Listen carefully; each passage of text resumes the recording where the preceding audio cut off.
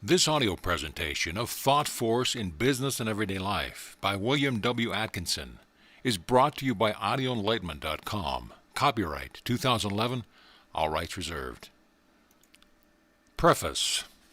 In justice to myself, I think it well to state that this work has been somewhat hastily prepared from the notes used by me in certain of lectures, the lessons give herein practically being the syllabus of the said lectures. In the lectures and in this work, my one and only purpose has been to acquaint the students with the means of developing and effectively using the might forces latent within him, personal magnetism, and psychic influence. To this end, I have sacrificed all pretensions to literary style, all attempts to secure felicity of dictation. I have felt that I had a message to deliver, and I endeavored to deliver it promptly, clearly, and plainly, without any attempt at fine writing. If a homely word seemed to express my thought, I used it. If a slang term or semi-slang phrase seemed to fit in it went. I trust that my critics will spare themselves the trouble of pointing out my many defects of style and composition. I fully realize these things. I have subordinated everything else in my endeavor to make this work plain and practical. This is an explanation and not an apology. With the above understanding between us, I submit this little work to your kind consideration. While fully cognizant of its defects, I still feel that it will be helpful to some of the many who are endeavoring to overcome unfavorable environments, which it may serve as a guidepost, pointing out the path to enter things. I feel that it will do its share of work of removing fear thought from the minds of men, of replacing I can't with I can and I will.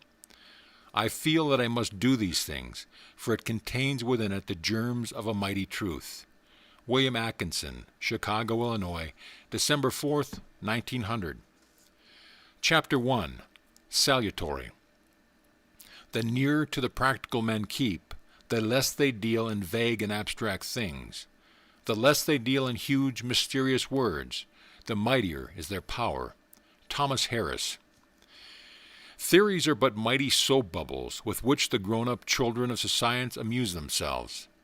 The majority of writers upon this subject have devoted nearly all their efforts, as well as all their space, to proving, first, that personal magnetism really existed, and secondly, that the phenomena was best accounted for by some pet theory of their own. Some attribute the power of influencing men by the use of a vegetarian diet, notwithstanding the fact that some of the most magnetic individuals make graveyards of their stomachs. Others insist that in celibacy and abstinence from sexual intercourse may be found the secret, notwithstanding the fact that the majority of magnetic individuals do not differ in their sexual customs from their less magnetic brothers. Others hold that the magnetic force abounds in the air around us to absorb great quantities of the vital stuff, charging ourselves with force in the manner of the storage battery, and so on, each with his own little pet theory. Now I have no fault to find with the systems above mentioned. Although not leading a life of celibacy, I see much good in the doctrine of continence, and there can be no two opinions as to the merits of chastity, whilst not accepting the theory of the absorption of magnetic force from the earth's atmosphere. I am a firm advocate of and believer in deep breathing, and believe that if the same was universally practiced, much sickness and physical weakness would disappear from the earth. All these things are good, but a little reflection will show anyone that they are not the prime factors in the production of the quality known as personal magnetism. The writers on the subject usually conclude by telling their readers of the wonderful possibilities open to anyone who can acquire this power and learn how to use it. They, however, say little or nothing of how this force may be acquired. That is, beyond stating their theories, they deliver discourses but do not instruct. They are preachers, not teachers. They dwell upon theories and neglect facts. The real progress in this branch of scientific research has been made, not by writers or theorists, but by a few earnest investigators who have conducted numberless experiments and have explored every avenue of information, and who have brought this wonderful subject out of the realms of mere speculation and placed it upon a scientific basis. The writer has been a close student and investigator of this subject for many years, and the present work is an attempt to give to his students some of the fundamental principles derived from the investigations and practical experiments of himself and his co-workers in the field. Our lessons, therefore, will be confined, so far as possible, to the statement of proven facts and practical instructions, touching upon theory only when absolutely necessary. In my opinion, I would insult your intelligence if I were to present to you an elaborate argument, the purpose of which would be an attempt to prove the existence of that wonderful force, latent in man, developed by a few, but possible of acquirement by all, that mysterious quality called, for want of a better name, personal magnetism.